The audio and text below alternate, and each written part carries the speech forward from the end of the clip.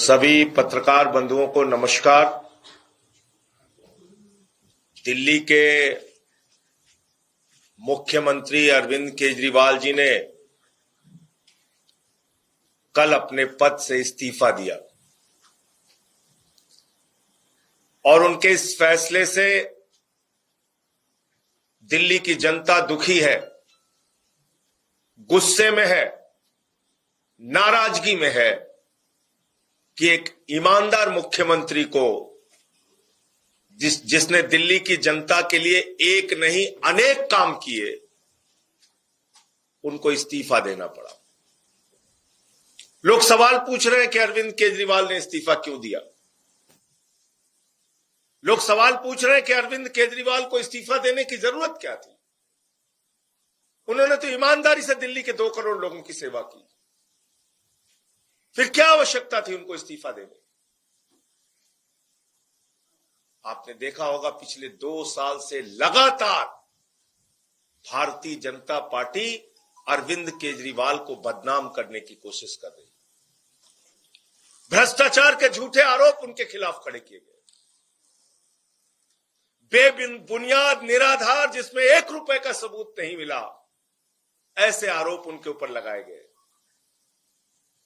BJP वालों ने उनको भ्रष्टाचारी कहा,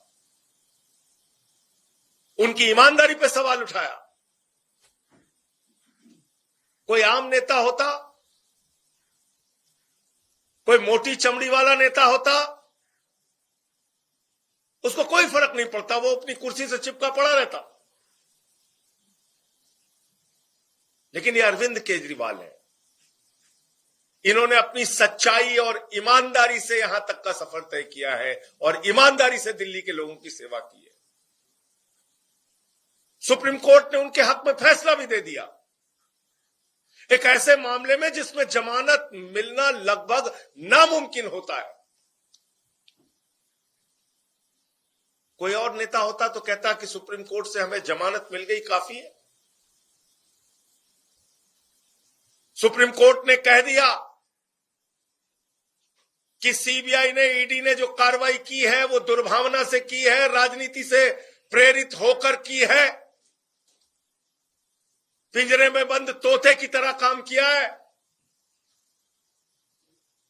कोई और नेता होता तो कहता सुप्रीम कोर्ट ने हमारे हक में फैसला सुना दिया, जमानत दे दी, अब अपने पद पर बना रहूंगा। लेकिन अरविंद केजरीवाल ने तय किया हम जनता की अदालत में जाएंगे। जनता की अदालत में जिसकी सेवा हमने ईमानदारी से की है, पिछले 10 सालों में हम उनके पास जाएंगे और उनसे अपनी ईमानदारी का प्रमाण पत्र लेके आएंगे। मुझे पूरा भरोसा है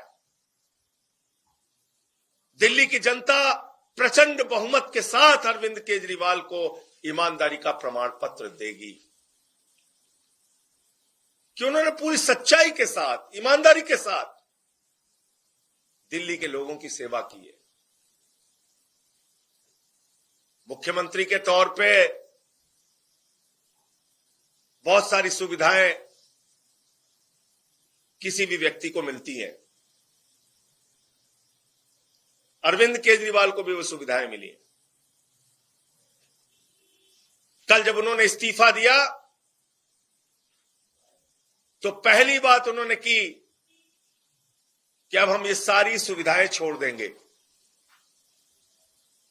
मुख्यमंत्री को मिलने वाली सारी सुविधाएं छोड़ देंगे। बाकी नेताओं की हालत हम जानते हैं,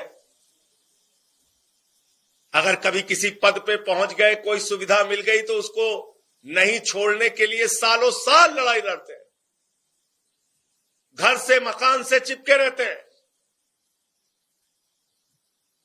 लेकिन अरविंद केजरीवाल ने फैसला किया है कि उन्होंने कहा हम अपना मकान खाली करेंगे, हम अपना घर खाली करेंगे। 1 हफ्ते के अंदर हम अपना घर खाली करेंगे। उनकी सुरक्षा को लेकर भी सवाल है, एक नहीं कई बार उनके ऊपर हमले हुए। हमने उनसे कहा, समझाने की कोशिश की कि आपकी सुरक्षा को खतरा है, कई बार आप पे हमला हो चुका है, मां बाप घर में थे उस वक्त भी उनके घर पे हमला हो चुका है, भारतीय जनता पार्टी के लोगों ने हमला किया है, कई बार उनको शारीरिक नुकसान पहुंचाया गया, कहीं काली फेंकी गई, कहीं हमला किया गया, चोट पहुंचाई गई। ये सारा कुछ हुआ अरविंद केजरीवाल के साथ। उनके बूढ़े मां बाप हैं, उनकी पत्नी है, उनके बच्चे हैं, उनकी सुरक्षा को लेके हम सब चिंतित हैं। हमने समझाने की कोशिश की कि ये घर सिर्फ मुख्यमंत्री के तौर पे ही नहीं बल्कि आपकी सुरक्षा की दृष्टि से भी जरूरी है। लेकिन उन्होंने तय किया कि हमारी रक्षा भगवान करेगा, ईश्वर करेगा। मैं 6 महीने जेल में रहा, खूंखार अपराधियों के बीच में रहा, लेकिन बावजूद इसके ईश्वर ने मेरी रक्षा की, ईश्वर ही मेरी रक्षा करेगा, मुझे घर की कोई चिंता नहीं। तो उन्होंने घर छोड़ने का फैसला किया। घर छोड़ के लोगों के बीच में रहेंगे, आम लोगों के बीच में रहेंगे। अभी तय नहीं है कहां रहेंगे, लेकिन आप सबके प्यार से, आशीर्वाद से कोई ना कोई ठिकाना तय होगा जहां पर वो रहेंगे। लेकिन सवाल आज अरविंद केजरीवाल मात्र का नहीं है, सवाल है दिल्ली की 2 करोड़ जनता का। अरविंद केजरीवाल के साथ तो जो बीजेपी वाले कर रहे हैं वो आप देख रहे हैं, खुली आंखों से देख रहे हैं। झूठे भ्रष्टाचार के आरोप लगाए, जेल में उनको पकड़ के डाल दिया, उनके शिक्षा मंत्री को जेल में डाल दिया, स्वास्थ्य मंत्री को जेल में डाल दिया, पूरी पार्टी को तोड़ने की कोशिश की, आम आदमी पार्टी को खत्म करने की कोशिश की, अरविंद केजरीवाल की राजनीति को खत्म करने की कोशिश की।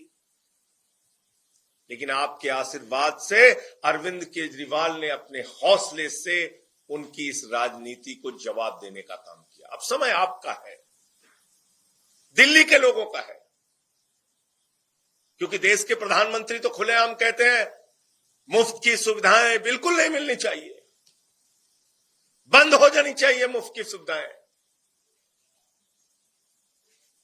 आपको सोचना है, अरविंद केजरीवाल नहीं होगा तो दिल्ली का क्या होगा, अरविंद केजरीवाल नहीं होगा तो दिल्ली के लोगों का क्या होगा। जो बच्चों को मुफ्त शिक्षा मिलती है वो शिक्षा बंद हो जाएगी।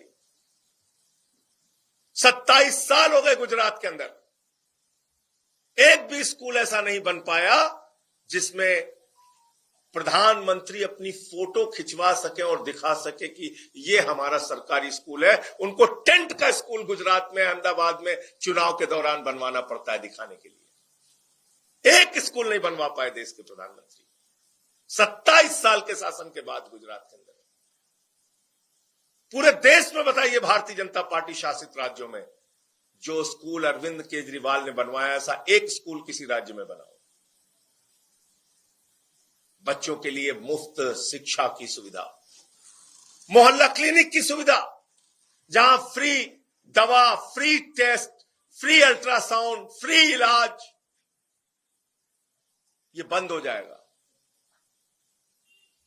ये मोहल्ला क्लिनिक बंद कर देगी बीजेपी, ये मुफ्त की दवाएं बंद कर देगी,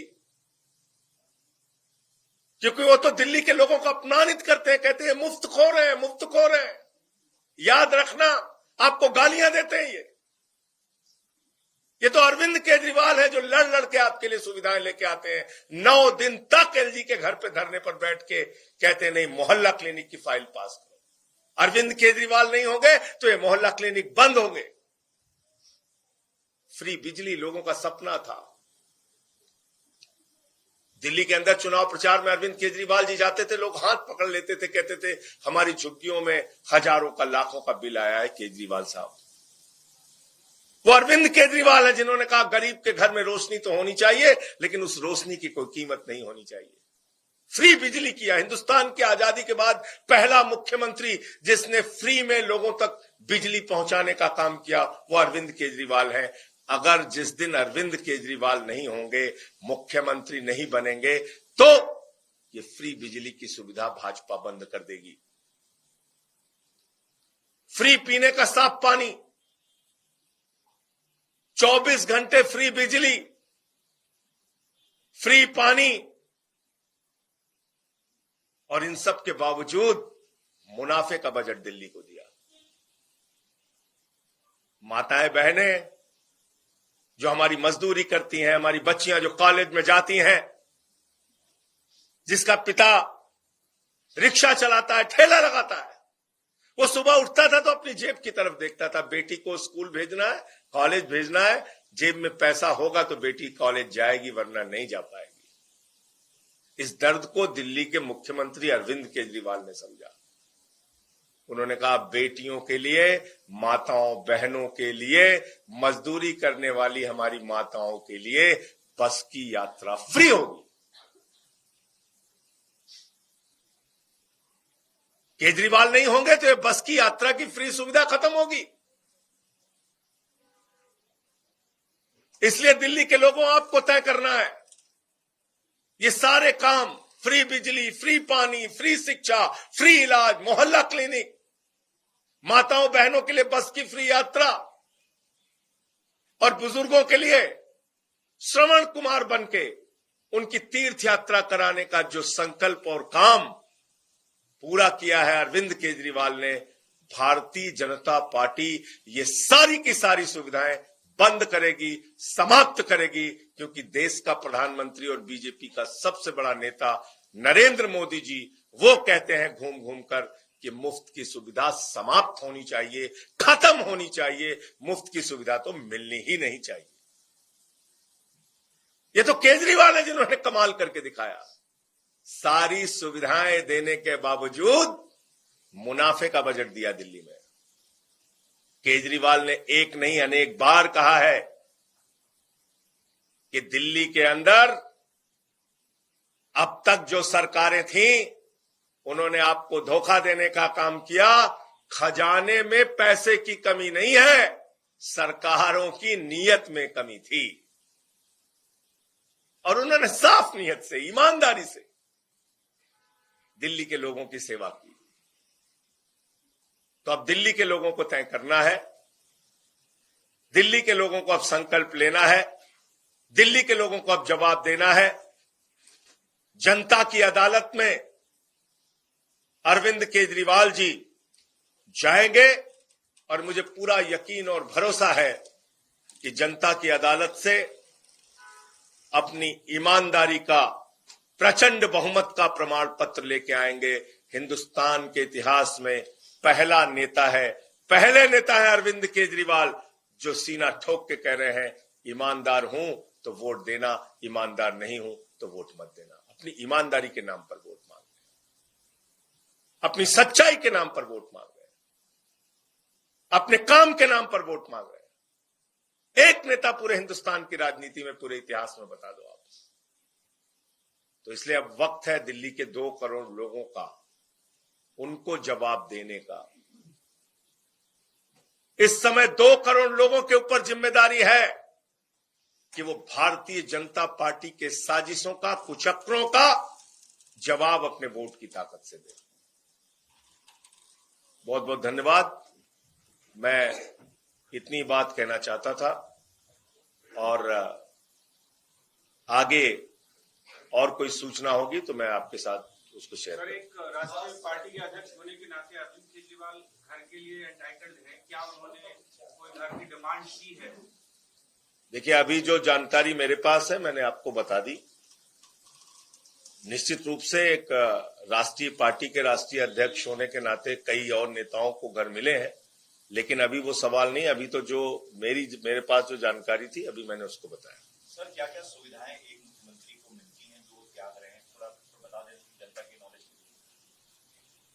अरे भाई, जो भी सुविधाएं मिलती हैं, घर गाड़ी सब त्याग देंगे।